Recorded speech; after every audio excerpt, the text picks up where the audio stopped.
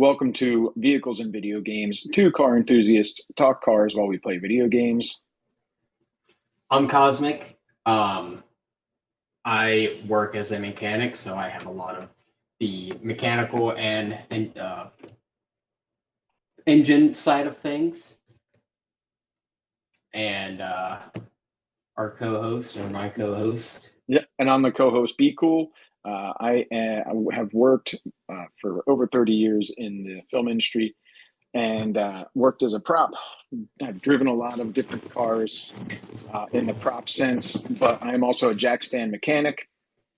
And I'm a car enthusiast. I enjoy cars and I enjoy video games. We enjoy video games. Cosmic, Yes. what are we talking about tonight?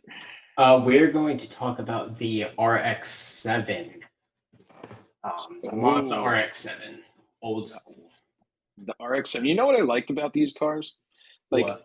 the 90s cars, the compact sports cars were really tiny cars, right? Like Oh yeah. they weren't very large by any means. No.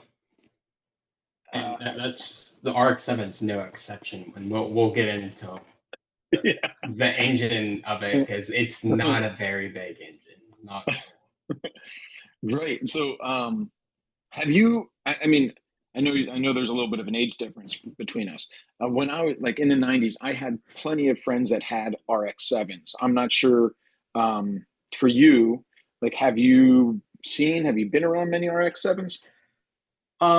RX-7s, not really. They're kind of like extinct. Along with the RX-8, you rarely see them. You only see them when you go to like car shows. Right. Other than that, you don't see them at all. Yeah. So on the other hand, I almost owned a RX-7 in high school. Mhm. Definitely one of the vehicles I wanted, and one of my buddies in high school did have an RX-7. Um, but it was that the funny thing is the Wankel motor, the rotary motor. While it's unique and interesting, many say that it's actually unreliable. But Oh yeah, and I mean that's up for debate because you could say, and granted, the Wankel was probably one of the more unreliable ones out there, but any engine is unreliable. The only one that I'm gonna say is like reliable no matter what is like a Honda Civic engine, but yeah, those are something else. like you don't even need to change the oil. You just fill up the gas tank for those, and they just keep No, going, right? like they're insane. so what? So with the RX-7, I found this was kind of cool. I found something about the RX-7. Shoot, where was I going with this? Oh, that's where I have it. The RX-7 was originally the was originally the sedan. It's been used. It was used for 20 years up since 1971, and then it became the Affini RX-7, named after the Affini dealership chain. And then it was later renamed to the Mazda RX-7 due to the dealer consolidation. The catchphrase were it's affinity sports. It's extraordinary. It's affinity, and the sports car, the Rotary sports. Those are some pretty cool little taglines. The Rotary sports, specifically because of the motor, right? Mhm. Um, but what are we looking at? What was the base model of this? Do you have that up? Base model, um, I'm not even gonna lie. I don't think, and this also goes for the RX-8 because RX-8 was the RX-7 predecessor. Yeah, and so Um, it was I think definitely. that's the right word. Is the predecessor the one that comes after, or is that I think after? that's correct. It came after it, Yeah, but so yeah, but I don't think the RX-7 or the RX-8 had trims. They might have. Yeah, yeah, they did. Okay, you have the base touring and the R1. right. Um, you had, so this you could get this, it was in production from 1978 to 2002 as the RX-7, and in Japan it was the Mazda Savannah RX-7. Um, and then in 91 to 97 it was the Affinity RX-7, right? Um, so I also remember. I'm not sure if you remember this. Do you remember the launch of the RX-8? No, but I know they kept making it up until like I want to say like 2010 because I was looking at one not too long ago before I got my car, and I think it was in 2010. Well, When I got a little present for you here. The launch of the 2000 of the RX-8, and I'm going to play this clip here for you. I shared my screen. I'm going to play this clip. Oh, hold on one second. Actually, where do I want oh, that is to stop share? funny. Stop share. Hold on one second. Share. I didn't click the sound. All right, so here's, oh, come on. That's funny. I just looked that Enter up. my I don't know what my password is. All right, well, I saw that you sent this to me. I didn't have time to watch yeah. it though. So this is pretty cool. I was hoping to try and get the sound clip for this, but they had a X-Men edition in mutant blue Oh, RX-8. that's pretty cool. And like, I don't know, the RX-7 was such a cool looking car, and just fit the time so well. It But did. I don't like the lines of the RX-8. I'm not gonna lie. I just I so the RX-7. I've been more of a fan of the RX-8. I like how the body style looks. And mhm. you asked me when the RX-8 was like it began production, and I looked it up. April 2003. That's when I was born. And you know what's funny? I own a Mazda, so Yeah, it's almost like it was destined. right. You got to zoom. But yeah, I know. So they began production in the RX-8 in 2003. So while the RX-7 was still being made, I'm pretty sure. Yeah, and it only lasted for maybe 10 years, not even. Yeah, it was It was like pretty short lived. No, did it go till 2018? I think I saw no, 2012. It was 2012. discontinued. Okay, all right. I knew it was a 20 with a one. So Yeah, not and even 10 years. that was really the last production vehicle with a rotary engine in it. And I mean, I think there's been like some small other nods. It really isn't a successful motor. I know some people have kind of used them as like motor swaps, and we'll get into some of that in other episodes.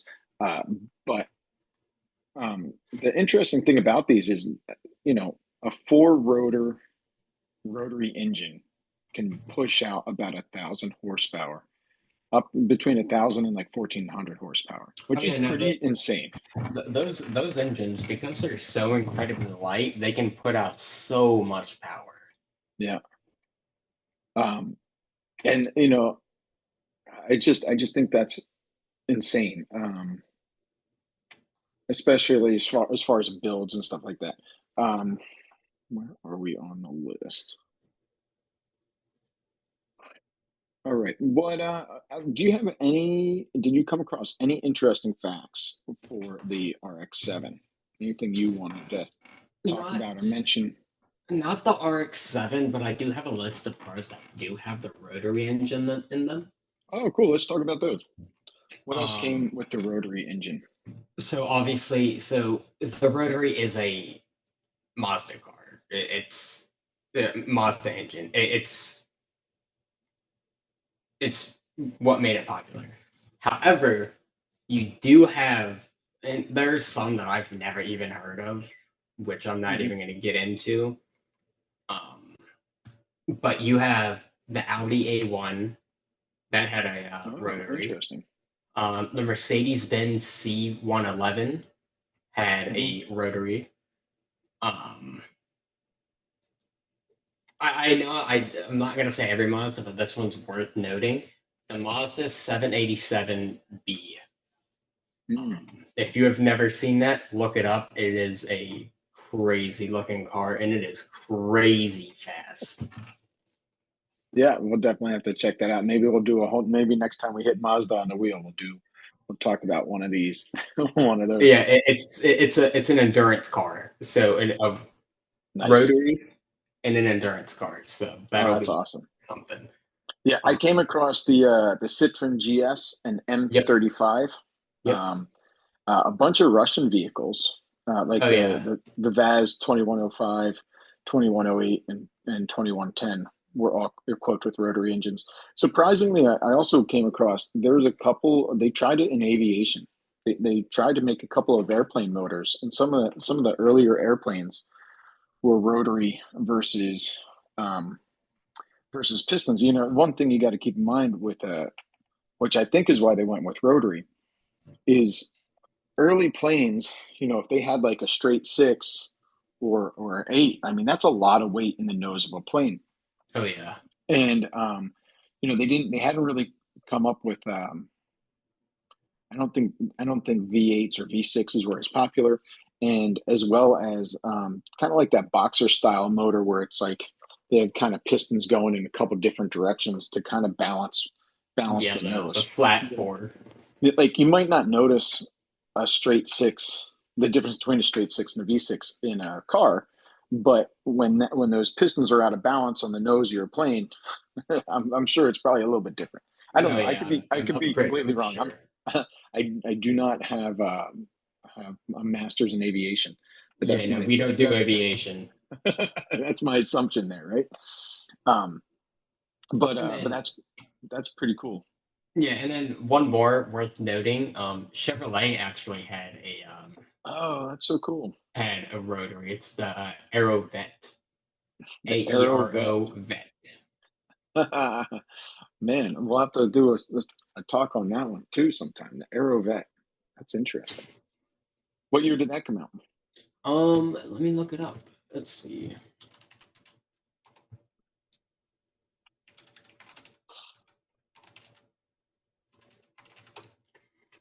The Aerovet. It unfortunately it doesn't look like it was an actual car. It says it was a concept. Yeah, that makes sense. Um, but it evolved from XP882 project, Wankel rotary engine. Um, oh yeah, no, it's definitely a prototype. Double folding gull wing doors, advanced digital Oh, cool. cockpit. This is like from like 1960s and 70s. So yeah, that's definitely a concept. Gotcha. Which is something we can also talk about concept cars in a Absolutely, yeah, future absolutely. episode. We should definitely hit upon some concept cars. All right, now, so tell me a little bit more about the rotary, the Wankel engine. We've talked about cars that have had this motor. What makes this motor so unique? What is a rotary? Like, So a rotary, you'll if you're around the car industry, you'll hear like car enthusiasts, car like a Dorito. Um, it's that makes sense. because if you take a look at a normal engine and its piston, it has everyone knows what a piston looks like or has an idea. If not, look it up. You'll probably know what it is. Um, but instead of a normal piston, the Wankel or the rotary engine had um, it's a triangle inside of like an oval. And that's what makes it unique because instead of just having like normal um, piston engine, it's it's a rotor. That's pretty much what it is.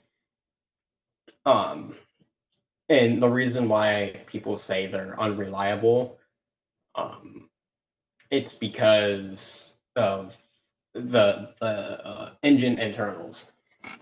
So if you take a look at it, if you can pull up a picture of it, it'll be a lot easier to explain. Right. So, well, so like the engine that you most likely have in your car right now is probably a four-cylinder, six-cylinder, eight-cylinder, whatever you happen to have, right? And the piston, and it has pistons, and the pistons go up and down, and they're attached to a Crank. drive shaft, right? Crankshaft, Mhm. yeah, crankshaft. Sorry, and the crankshaft spins around, and that forces the pistons up and down, and whatever else. And that's what we were talking about with aviation, right? Um, but the Dorito, as you called it, right? The little triangle has a slightly different kind of compression ratio, and that triangle spins. It's actually an oval, spins in like an oval, and allows that intake, compression, power, and exhaust cycle to happen in a different manner than a piston going up and down, right? Right. And Um, if you take a if anyone listening wants to pull up a picture of it at all, you'll see how it sits. Like most pictures, it has it sitting at a idle position. So one point of it's like directly up, and then the other 2 points are it looks like a triangle. And each one of those points on each one of those points is called an apex seal. What it's pretty much like a gasket.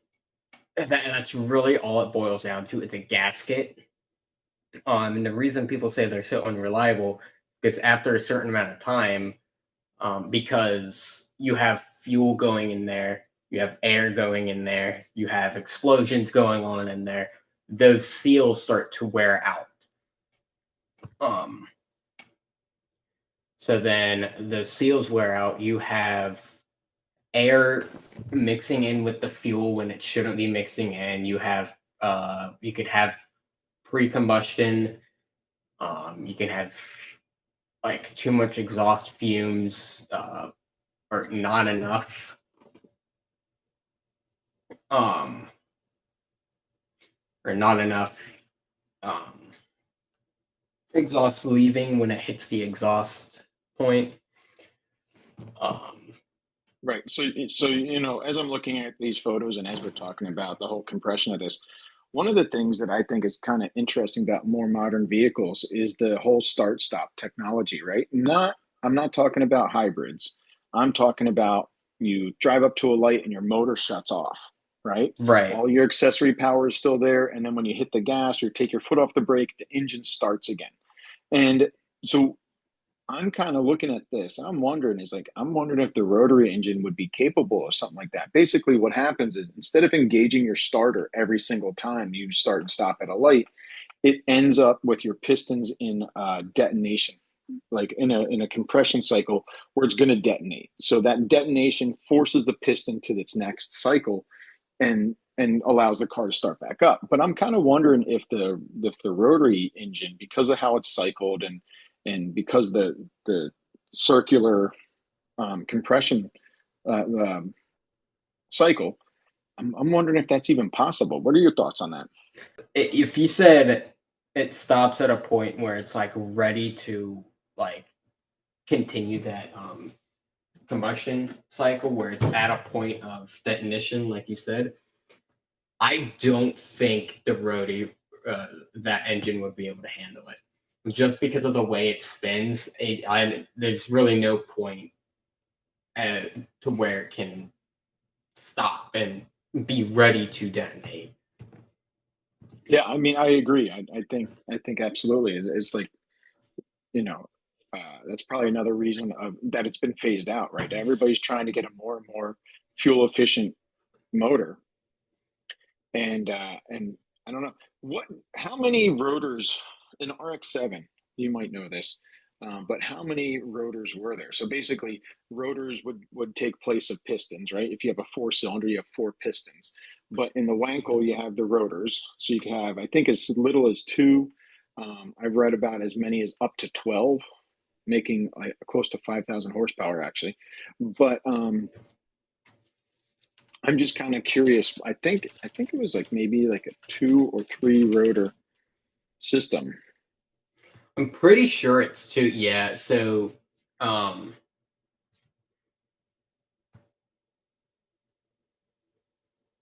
yeah. Okay. So it comes with the two rotor engine. Same with the RX-8. Which is kind Um, of amazing, right? Like you're talking, that's like having a two-cylinder car, right? oh yeah. And how much horsepower does RX-7 put out stock? Out of two Um, rotors, mind you. I want to say somewhere around, and it's not gonna sound like a lot because before I look it up, I'm gonna say all these cars you hear have like 1,000 horsepower, all that, like a super high number. But they're also super heavy cars. The RX-7 was not heavy at all. Like I'm almost positive I can push that car with one arm. Yeah, I mean, So I even think it was like 100 horsepower. 1,500 pounds for the car. Yeah. So even 100 horsepower is a lot for that. It's a Right. whole power to weight ratio thing. But Okay, so curb weight. We talked about the size. As you're looking that up, I'll talk about the size a little bit. We talked about the size. The wheelbase is 95.3 inches. The length is 168 inches. The width is 65 inches. The height is 49 inches. I mean, that's not a very big car. I think that's like, what is that? that is an insane amount of horsepower. Yeah. And the curb weight was only 2,300 pounds. You Okay, know, go ahead. yeah. Uh, I don't know. Oh yeah, no, that is true. Jesus. Okay. 255 horsepower with its twin turbo 1.3 liter rotary. Nice. And then 1.3 liter. I mean, that's also, I mean, you're seeing it more and more with EPA standards and stuff like that increasing, but outside of Europe, you're not really seeing a 1.3 liter motor. You're seeing, Hmm. like I think all the American brands, they're making like 4 liter four cylinders. All right. Yeah, no, I they're know they're I know not. for the longest time Jeep had a 4 liter four cylinder. Um, Yeah, I mean, I think some of the non-turbo versions were as little as 100 horsepower, but in the 90s, I mean, that was very common for any kind of four-cylinder to be in that like 85 to 115 kind of horsepower range. Um, I think that's a pretty fast car for the time, right? Like, Oh yeah, no, definitely. definitely, like you mentioned, now you're seeing Hellcats, you're seeing Demons, or something, seeing stuff like that. I just saw that Corvette has released, with help of an electric motor, they've released a 2,000 horsepower Corvette, and I Oh don't yeah, think I think it's more of a concept than production release, but right. that's pretty And insane. that's the thing. Like I said, you get all these cars like the Hellcat comes stock with like 1,000 something horsepower, but you like in order to push that thing, you need a lot of strength just to be able to push it. Like these cars are not light. The Right? Yeah. RX-7 is light, so 255 horsepower is like 1,000 horsepower in a Hellcat. That's what Absolutely. Yeah. that's the equivalent to Yeah. that. You add like a 3,500 pound car, right? The ratios. I mean, the ratio is still in the favor of the Hellcat, right? Right. It's still going to be a faster car, but um, all right. I think we kind of hit a lot on the RX-7, and I think we touched base with the Wankel a little bit. Do you want to talk about the cars in movies? Yeah. Um. RX-7. Definitely. I mean, if any car enthusiast has seen the Fast and Furious, RX-7 is littered within that movie, I'm pretty sure. Yeah, so this is, I always enjoyed this car. That, and when I say it out loud, you're going to be like, "Oh my gosh, it is an RX-7." Han's orange and Hmm. black car from Tokyo Drift Yep. was an RX-7. And I mean, I think the only thing that's left stock on it is like the roof Yeah. and maybe the hood or something silly. Let me. But Is it that is, HANS? yeah, HANS Han. But that is an RX-7, and that thing was awesome. And then obviously the RX-8 did make it into X-Men. It was X2 was the movie that it made it into, as well as the trailer and the ad Oh, was it with actually in the movie? Yeah, it was in the movie. It was, I think it was Nice. Scott. It was Cyclops' car. It was Scott Summers' car, Nice. and then Wolverine steals it. So the cool thing about the RX-8, that was one of the first cars that kind of had that three door, and I don't mean like two doors with the hatch, but I mean like a true three door kind of car. Whereas I think it was behind the driver's door, there was a smaller little door that just opened up, so it made it easier for passengers to get in behind the driver's seat. Yeah, I think those are called suicide doors. Well, I think yes, that's the actual terminology for it. yeah. So Um, I know in original, like back in the day, suicide doors always opened up away from the car, like a stagecoach did. Um, mhm. but so we have 10 minutes left too, by the way. Maybe we can wrap this up. If not, I'll restart. But um, we'll probably just need like yeah, we might need a little bit more time, but yeah. Um, but no, yeah, I don't know. I mean, it would make sense if that was called a suicide door as well. But that small little door, I've seen now. You'll see a lot of trucks with a similar style door. Whereas like it's a crew cab and the back doors kind of they both open out like that. I think the Honda Pilot took advantage of something like that too, from what I remember. Um, but that was cool. There's also a Saturn. I'm not sure how much you guys remember Saturns, but there was a Saturn that had that third door, and the Veloster, the Hyundai or the Hyundai. Hyundai Veloster has three Yeah. doors, which is kind of cool. I think in that scenario, the driver's door. I can't remember. One of the door is wider, and then on the other side, the door is shorter and has that little suicide door there too, which is Mhm. pretty cool. Um, but yeah, Han's car. Did it tell you what year it was? I think it was like a '92 RX-7, from That what I one can remember. is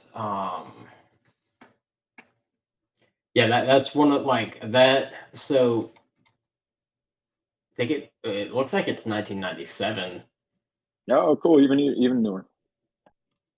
and that one's like when you think of RX-7, that's typically the model that you're gonna be thinking of because that's one of their more popular ones. That's around the time of like your typical JDM cars, like the Acura, like or technically it's the Honda NSX. Right. You have your Mazda RX-7. You have your Honda S2000, your Miatas, like all those super sporty JDM cars. Which I love all of them. I love all Yeah, those cars. They I look think so this is. good. I think the RX-7 is definitely one of my more favorite ones. I don't, you know, it's just so interesting as I grew up through the '90s, the different cars that I kind of saw and came in touch with. Like for instance, I don't think I knew of the NSX until mid two like when I say mid 2000s, I mean like closer to like 2008, 2010. I don't think it was even on my radar. I don't remember it being released. I don't remember being like any excitement about it. Um, but the RX-7 again, part of it was my buddy had one. But all right, I think we can knock this out. Let's do a quick little would you rather. Hmm. So all right, is this a car that you would track?